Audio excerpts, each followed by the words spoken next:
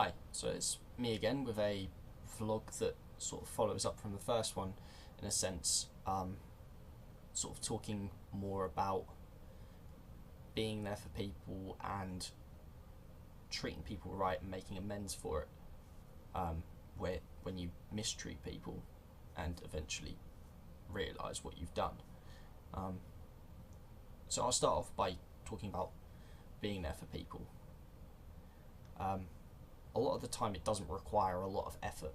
People seem to think that being there for someone is something that is emotionally and mentally taxing, and it's something that requires you to constantly be harassing that person and checking up on them, but it doesn't. It requires something as simple as hello, how are you, hope you have a good day, that sort of thing. It's not a hard thing to do, to take 5-10 seconds out of your day to message someone, or take a couple of minutes out of your day to call someone, like a close friend. Like, I'm not saying random people, I'm saying your friends, because at the end of the day, if they're your friends and you care about them, surely you want to make sure they're alright, because you don't know what's going on behind closed doors. You don't know what's going on in their life, you don't know what's going on in their head. Not entirely, at least. So it's something I feel people should do a lot more, is try being there for other people. And I've done it in the past. I've tried being there for other people, and other people have been there for me. And when people have been there for me, what I tended to do, especially at my worst times, was I pushed people away a lot. And that was just more so because I wasn't myself, and while I still take full responsibility for my actions, I wasn't myself at the time. I sort of felt like a visitor in my own mind, if that makes any sense to anyone. Probably makes me sound like I'm completely crazy, but there were times when I just didn't have control, and I pushed a lot of people away, and I've tried to make amends for doing that, because they were people that I cared about a lot. In most instances, they were either friends, family, people that I loved at the time. And as I said before, it doesn't involve smothering someone to be there for them.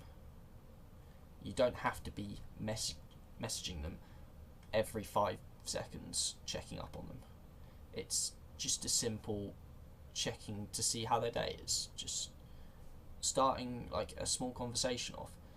And most of the time, if you do that and make the effort, people will make an effort back, and they'll be there for you in the same way. They'll make sure that you're alright, and if you're not alright, then you've got someone who's there, someone who's putting in effort, someone who cares to sort of talk to about that sort of stuff. And I know it's a lot easier to say that than it is to do it. I know. But bottling stuff up doesn't usually go well. And you've got the opportunity there to talk to someone. There's always someone you can talk to. There's always a friend, a member of family. There are actual professionals. I've personally used helplines a couple of times. The Samaritans one specifically was one that I used a couple of times at my darkest points. And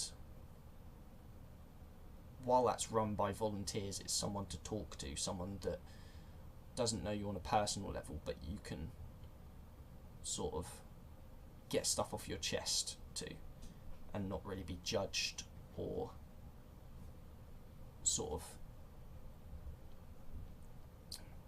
judged on a personal level, because likelihoods are you're not going to see that person ever again, so you can talk to this person and that's it. It's like having a confession in effect. So that's something I would suggest if you are in a moment of crisis, in effect, is using one of the helplines, or if you do feel comfortable doing it, talking to a friend or a member of family or a partner, because some people hide it from their partners, some people hide it well, some people don't hide it too well.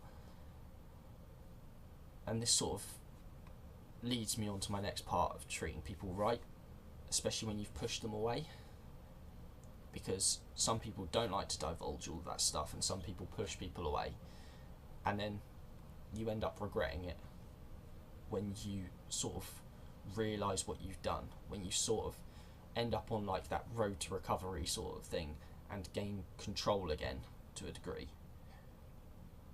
So it's just the general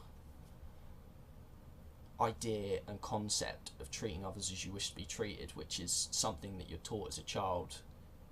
It's one of those 10 commandments that you're taught in all Church of England schools, like primary school.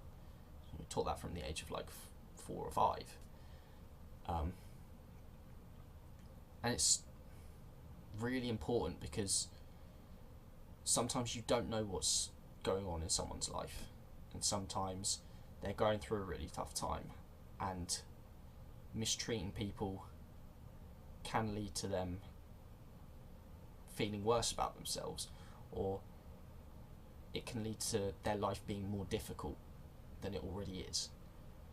And it's why I personally have made a great effort to sort of make amends for with people that I mistreated, because some of them I didn't realise at the time, but I realise now, are going through their own like stuff personally, mentally, and it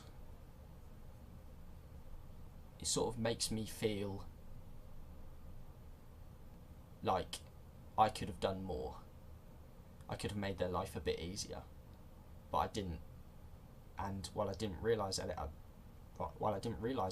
at the time, I realise it now, and I'm trying to do my best to put things right, to be there for them, to sort of reassure them that while I may have mistreated them in the past, that's not what I want to be like anymore. That's not the kind of person I want to be. And it's not easy for me to say all of this because it kind of makes me out to be a bad person, which, you know, back then I was. I'll admit, back then I was, but I feel I'm trying to do a lot to make up for it. And treating people right is something I've put a real emphasis on in my life, especially recently.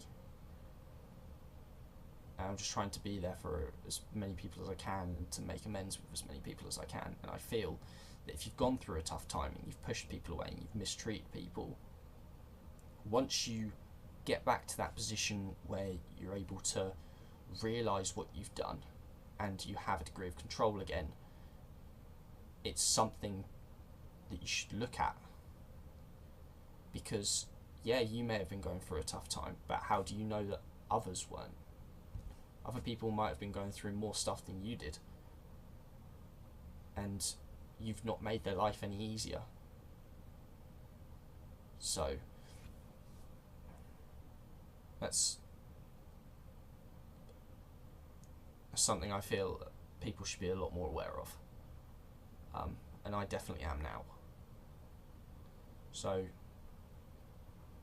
just to recap all of this, if you have friends and family and partners that you feel might be going through a difficult time, try being there for them and not smothering them, but just putting in a bit of effort and, you know, just making sure they know that they've got someone to talk to no matter what.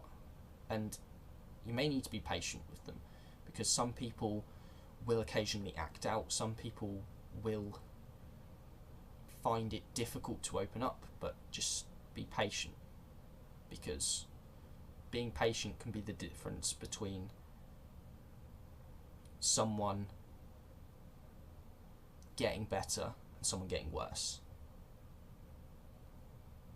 And then if they get worse, you'll end up thinking, I could have done more.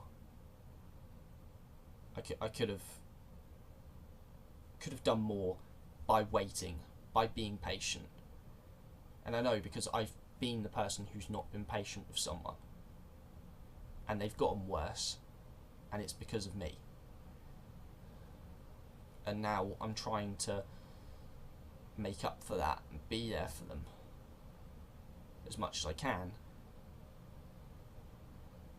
So, and obviously treating people right is just a general thing that a lot of people don't do, but should, because we're taught it from such a young age. That why is it not second nature to just be kind to one another and look after one another and treat people the way you would expect to be treated by them? So I hope this is sort of, encouraged people to be there for others and to treat people right and to make amends where possible and to sort of put in a bit of effort and care about one another a little bit more. Because I know that a month ago I never really did any of that stuff, as much as I should have done, at least. So I thought this was something that I should share, because it's something that's helped not only myself but other people. And isn't that the whole point of being there for one another? So that's me done with this one. It's quite a heavy hitting one for me personally, so I will probably catch you guys next time and probably try to talk about more stuff that has affected me personally and I feel could help other people a lot more, I guess. Thank you for watching this vlog.